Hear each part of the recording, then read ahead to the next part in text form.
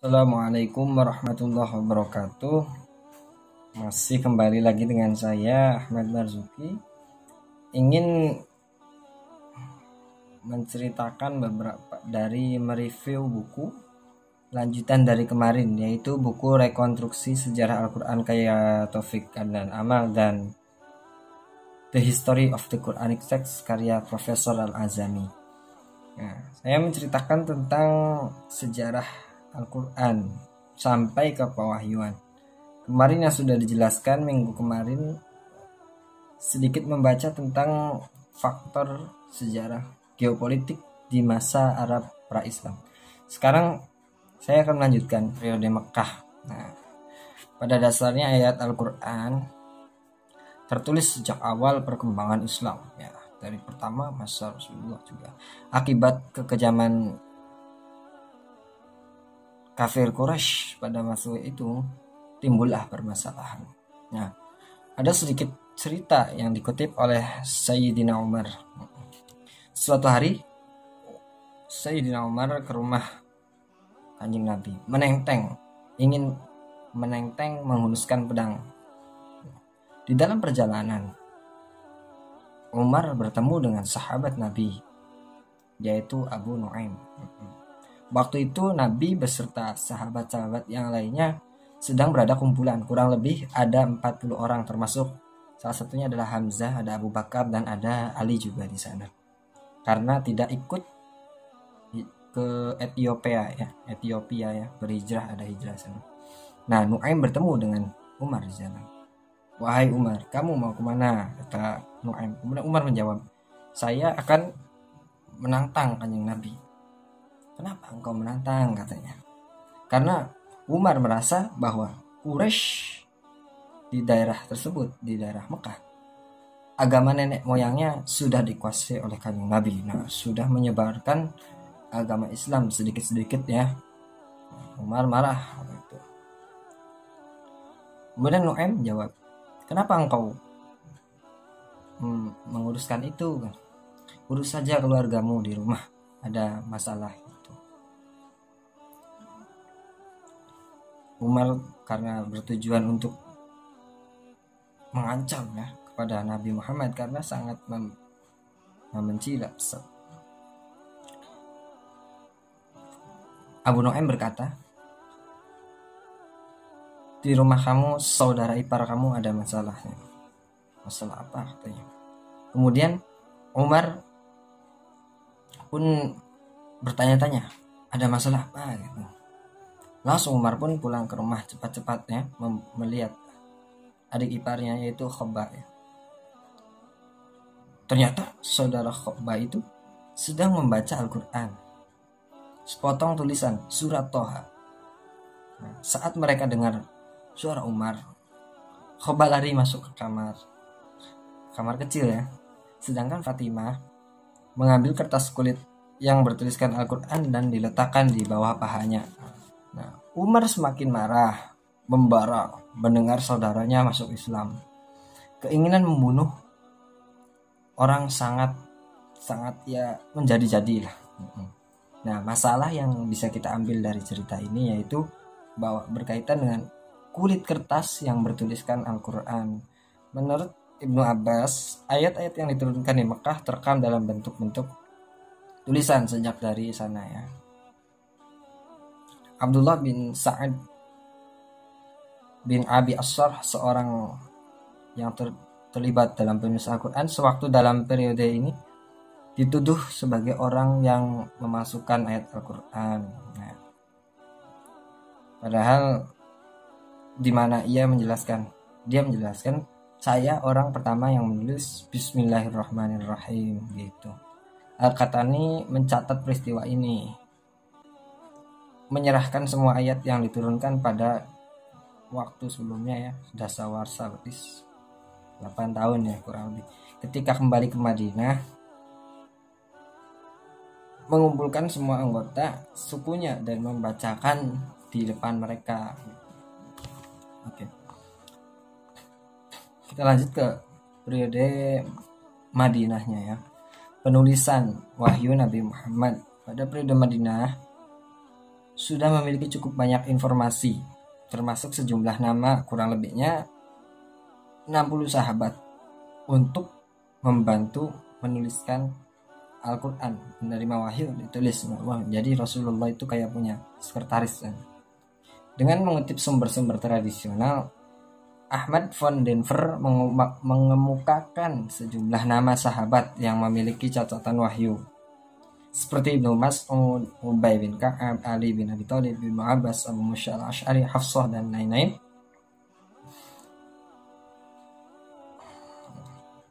Nabi itu memang merekam secara tertulis wahyu-wahyu berdasarkan petunjuk Nabi.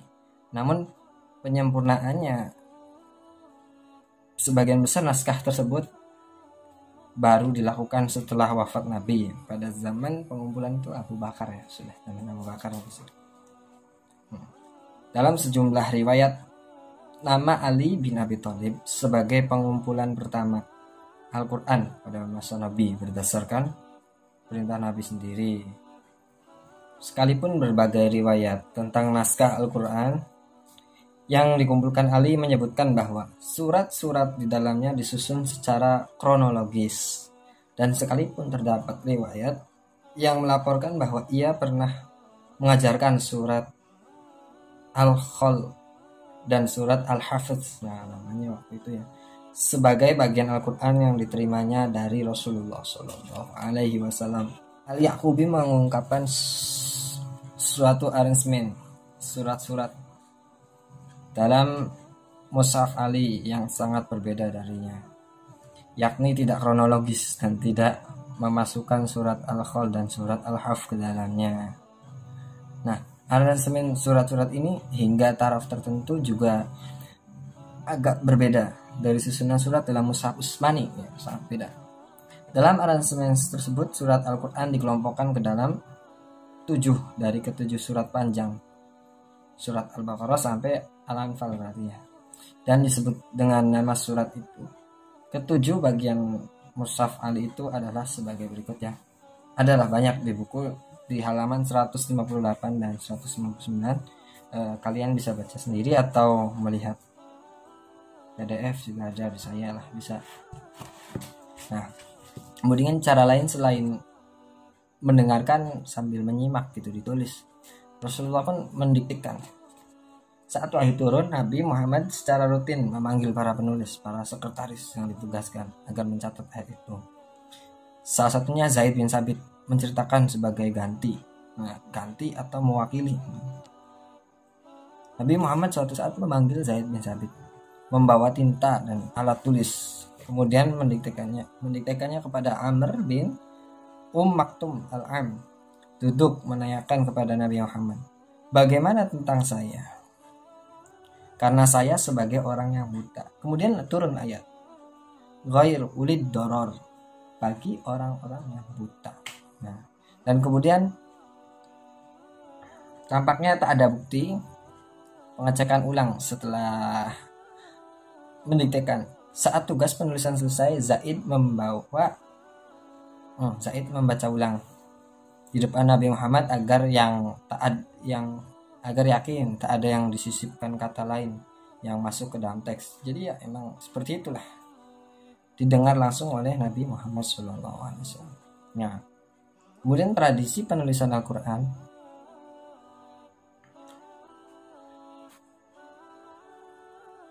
Siapa yang menulis sesuatu dariku selain Al-Quran, maka ia harus menghapusnya.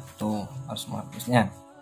Beliau ingin agar Al-Quran dan hadis tidak tertulis pada halaman kertas yang sama, agar tidak tercecer atau tertukar dan lain-lain. Nah, Rasulullah pun meminta orang yang menulis agar menulis secara sukarela dan menuliskan ayat Al-Quran.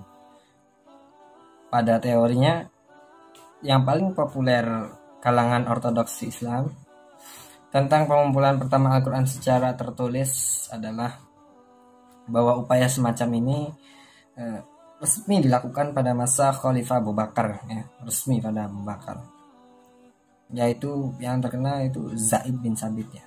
Nah, riwayat-riwayat tentang pengumpulan Al-Quran sebelum Abu Bakar selalu ditafsirkan sebagai pengumpulan ke dalam dada manusia, karena ada yang dihafal, ada yang ya ditulis gitu, atau penghafalannya untuk membela dan menjamin keabsahan teori ini, jadi dihafal.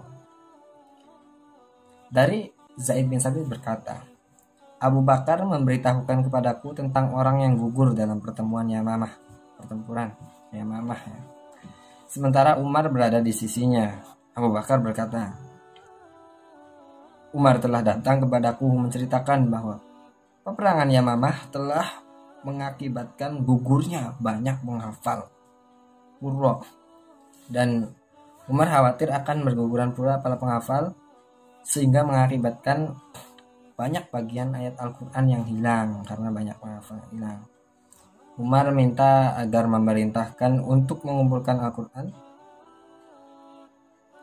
kepada Abu Bakar ya. Lalu Abu Bakar berkata, bagaimana mungkin aku tidak pernah melakukan sesuatu dilakukan Rasulullah. Umar berkata, demi Allah ini merupakan hal yang baik. Nah, Umar senantiasa mendesak aku, yaitu mendesak Abu Bakar untuk melakukan hal tersebut, sampai akhirnya maksud Umar. Kemudian Zaid berkata, Abu Bakar berkata ini, sesungguhnya kamu adalah pemuda cekatan, dan aku tidak meragukan kemampuan kamu. Dulu adalah penulis wahyu untuk Rasulullah, kini telusuri jejak Al-Quran. Nah, berarti Zaid dipercaya. Secara umum susunan ayat dan surat dalam Al-Quran memiliki keunikan. Susunannya tidak secara urutan saat wahyu diturunkan dalam subjek bahasan ya. Rahasia hanya Allah yang Maha tahu, karena Allah pemilik kitab ya. Demikian halnya kitab Allah, karena Dia sebagai pencipta tunggal. Dia Allah pencipta tunggal, dan Allah sendiri yang memiliki wewenang mutlak menyusun seluruh materi Al-Quran. Ya, seperti dalam Al-Quran, Inna alaina jam'ahu wa qur'anah fa idza qara'nahu fattabi' qur'anah thumma inna alaina bayanah. Sesungguhnya atas keagungan kami mengumpulkan di dadamu dan membuatmu pandai membacanya. Apabila kami telah selesai membaca, maka ikutilah bacaannya itu. Kemudian sesungguhnya atas tanggungan kami menjelaskannya. Nah, jadi kita harus mengamalkan dalam Al-Quran tersebut. Quran lain yang perkuat, anzalna ilaika dzikra litubayyana lin-nasi ma unzila lahum. Dan kami telah turunkan kepada engkau Muhammad berupa peringatan agar engkau menjelaskan kepada manusia apa yang telah diturunkan pada mereka. Menurut pendapat ulama mengatakan bahwa susunan surat yang ada sekarang kebanyakan mayoritas identik dengan Mushaf Utsmani. Setiap orang yang berkeinginan mengopi Al-Quran atau ya meniru, mengopi, memperbanyak, mencetak lah, secara keseluruhan dia harus mengikuti urutan yang ada. Dan bagi yang hendak mengopi surat tertentu, mengikuti susunan seperti Mushaf Utsmani tidaklah wajib. Sebuah analogi dapat diambil saat saya berpergian naik pesawat, di mana saya ingin membawa pekerjaan namun ingin mengangkut 1 jilid tebal dalam tas, maka saya hanya mengopi sebagian yang saya perlukan selama perjalanan. Nah, saat Nabi Muhammad wafat, Al-Quran masih belum dirangkum dalam satuan buku, masih tercecer pengumpulan. Nah, kemudian komentar Al-Khattabi menyebut catatan ini memberi isyarat akan kelangkaan buku tertentu yang memiliki ciri khas tersendiri. Sebenarnya kitab Al-Quran telah ditulis seutuhnya sejak zaman Nabi, hanya saja belum disatukan, belum dibukukan, dan surat yang ada juga masih belum tersusun. Kalau sekarang sudah tersusun seperti Mushaf Utsmani. Dalam Al-Quran disebutkan surat Al-Hijr ayat 9, Inna nahnu nazzalna dzikra wa inna lahu lahafizun. Nah, sesungguhnya kamilah yang menurunkan Al-Quran. Allah, kami itu Allah ya, dan sesungguhnya kami benar-benar memeliharanya. Jadi sudah pasti Al-Quran yang sahih likulli zaman wal makan akan selalu dijaga kesuciannya, keasliannya, kemurniannya.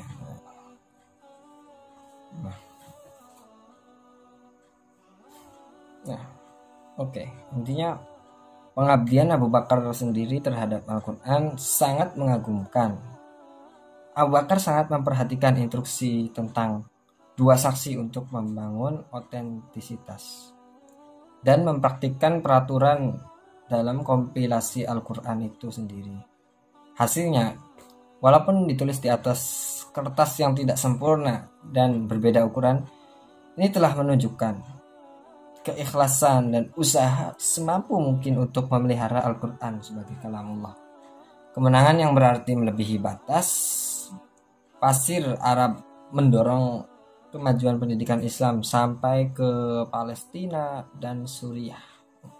Pemerintahan Umar bin Khattab telah mengembangkan sekolah-sekolah untuk menghafal Al-Quran di dua negeri padang pasir ya, yang kering dan tanah bulan sabit yang subur dan kaya. Tapi perhatian pada zaman Khalifah Utsman dan usaha-usaha Zaid bin Sabit sebagai orang yang mulai mengkomplikasikan Al-Quran dan tidak berhenti dengan wafatnya Abu Bakar, tetap semangat dan menyusun hingga terus pada zaman Utsman nantinya yang akan membukukan Al-Quran. Ya, sekian dari saya, kurang lebihnya mohon maaf. Sekian, assalamualaikum.